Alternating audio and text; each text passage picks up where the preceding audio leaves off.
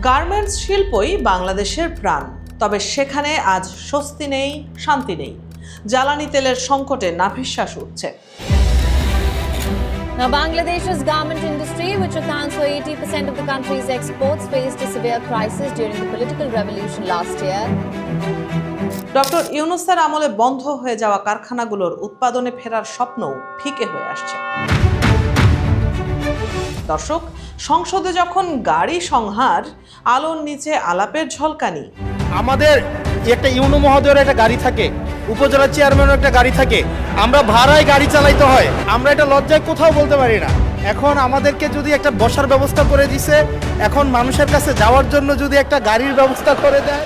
বিরোধী দলীয় নেতাদের ঝাড়ি প্রধানমন্ত্রীর মিহি নরম কণ্ঠস্বরে ঘনাচ্ছে মায়া, স্বরাষ্ট্রমন্ত্রীর কড়া জবাবে কাটছে মহাচ্ছন্ন মেঘ। ঠিক তখনই ধীরে ধীরে ঘটছে এই ভয়ঙ্কর ঘটনা। সংসদের গহন আয়াসে বসে তার কিছুই হয়তো টের পাচ্ছে না সরকার, অথবা দেখেও চলছে না দেখার ভান। কিন্তু দেশের রপ্তানি শিল্প শেষ হয়ে যাচ্ছে, বিপদ বাড়ছে শ্রমজীবী মানুষের। দর্শক, আশার প্রদীপ হয়ে জ্বলে থাকা হাজারো স্বপ্নের কারখানায় আজ কান পাতলে শুধু হাহাকার শোনা যায়। 5টা বাজে ছুটি হয়ে গেছে, আমাদের কোনো ওটি নাই, আমাদেরকে বলে নাই যে তারা আমাদের থেকে টার্গেটটা নিয়ে যা। আর আজকে আমাদের টাকা না দিয়ে, আমাদেরকে কিছু না জানায় ফ্যাক্টরি তালা দিয়ে দিছে। এখন দাবি একটাই, আমাদের যত পাওনা দাওনা আছে আমরা যে চাকাগুলো একসময় অবিরাম ঘুরে সমৃদ্ধির গল্প বুনতো, তেলের অভাবে সেই ইস্পাতের হৃৎপিণ্ডগুলো আজ নিথর পাথরের মতো থমকে দাঁড়িয়ে আছে। কারখানার বিশাল করিডোরগুলোতে এখন কেবল দীর্ঘশ্বাসের প্রতিধ্বনি ভেসে বেড়ায়, কারণ বিদ্যুতের লুকোচুরি খেলা কেড়ে নিয়েছে শ্রমিকের হাতের গতি, আর মালিকের কপালে এঁকে দিয়েছে চিন্তার গভীর ভাঁজ। বাইরে তপ্ত রোদে যখন উত্তপ্ত পিচ ঢালা পথ, তখন সেই আগুনের চেয়েও বেশি উত্তাপ ছড়াচ্ছে জ্বালানি সংকটের অনিশ্চয়তা। সারিবদ্ধ লরিগুলো এক ফোঁটা তেলের আশায় পাম্পের সামনে দাঁড়িয়ে আছে ঘন্টার পর ঘন্টা, যে তেল সচল রাখতে পারে কয়েক হাজার পরিবারের উনুন। কিন্তু শূন্য ড্রাম আর বন্ধ হয়ে যাওয়া জেনারেটরের আওয়াজ জানান দিচ্ছে সময় খুব দ্রুত ফুরিয়ে আসছে। আমাদের হাতের মুঠো থেকে হাতছাড়া হয়ে যাচ্ছে শেষ সুযোগটুকু। যে গার্মেন্টস শিল্পে বিশ্ব মানচিত্রে বাংলাদেশকে দ্বিতীয় সেরা হিসেবে চিনেছিল সবাই, আজ সেই গৌরবের মুকুটে ধুলো জমতে শুরু করেছে। ক্রেতারা যখন সময়ের হিসাব আর মানের নিশ্চয়তা চায়, তখন আমাদের অন্ধকার ঘরগুলোতে মোমবাতি জ্বালিয়ে সেই হিসাব মেলাতে হিমশিম খেতে হচ্ছে। এক সময়ের ব্যস্ত বন্দরগুলো আজ অনেকটাই নিস্তব্ধ, কারণ কারখানায় তৈরি না হওয়া পণ্যগুলো জাহাজে ওঠার অপেক্ষায় প্রহর গুনছে মাসের পর মাস। প্রতিটি মিনিট যখন নষ্ট হয়, তখন কেবল একটি শার্ট বা প্যান্টের উৎপাদনই ব্যাহত হয় না, বরং আন্তর্জাতিক বাজারে একটি দেশের বিশ্বাসযোগ্যতা ধুলোয় মিশে যায়। যারা একদিন আমাদের দিকে বন্ধুত্বের হাত বাড়িয়েছিল, তারা আজ বিকল্প বাজারের খোঁজে ভিন দেশে পাড়ি জমানোর উপক্রম করছে। একটি সাজানো বাগান যেন চোখের সামনেই শুকিয়ে কাঠ হয়ে যাচ্ছে, আর আমরা দাঁড়িয়ে আছি কেবলই অসহায় দর্শক হয়ে। গার্মেন্টস কারখানার মালিকরা মুনাফার স্বপ্ন ভুলে কেবল টিকে থাকার কঠিন লড়াই করছেন। নিজের পকেট থেকে লোকসান গুনে কতদিন আর এই বিশাল যজ্ঞ চালানো সম্ভব, সেই প্রশ্নটি আজ বড় হয়ে দেখা দিয়েছে।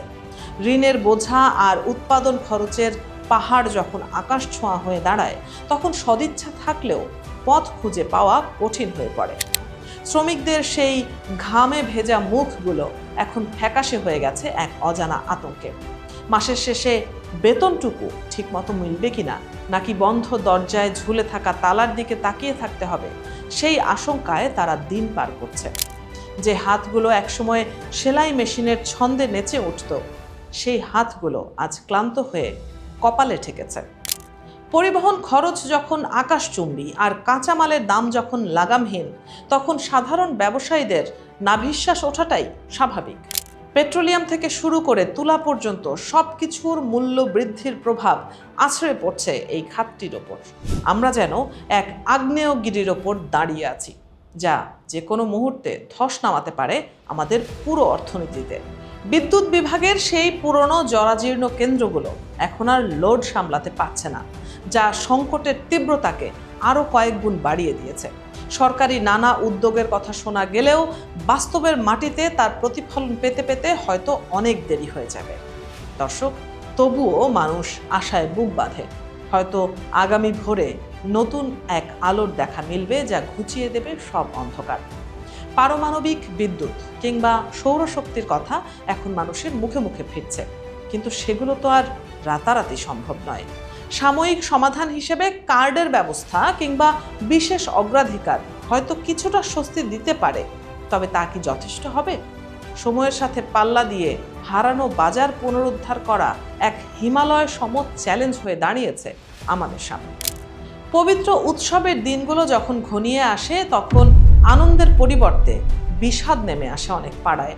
যদি গার্মেন্টস কারখানাগুলো পুনরায় প্রাণ ফিরে না পায়, তবে হাজার হাজার পরিবারের চুলায় আগুন জ্বলবে না উৎসবে। আমাদের সমৃদ্ধির যে মেরুদণ্ড এই পোশাক খাত, তা যদি ভেঙে পড়ে, তবে পুরো কাঠামোটি ধসে পড়তে খুব বেশি সময় লাগবে না। তবুও বাঙালি লড়তে জানে। চরম বিপদেও ঘুরে দাঁড়ানোর সাহস এই মাটির সন্তানদের মজ্জাগত। অন্ধকারের শেষ সীমানায় দাঁড়িয়েও তাই কেউ কেউ স্বপ্ন দেখছেন নতুন কোনো ভোরের, যেখানে জ্বালানি সংকট থাকবে না আর চাকাগুলো আবারও আগের মতো সচল হবে। সেই মাহেন্দ্রক্ষণের অপেক্ষায় প্রহর গুনছে এখন পুরো জাতি।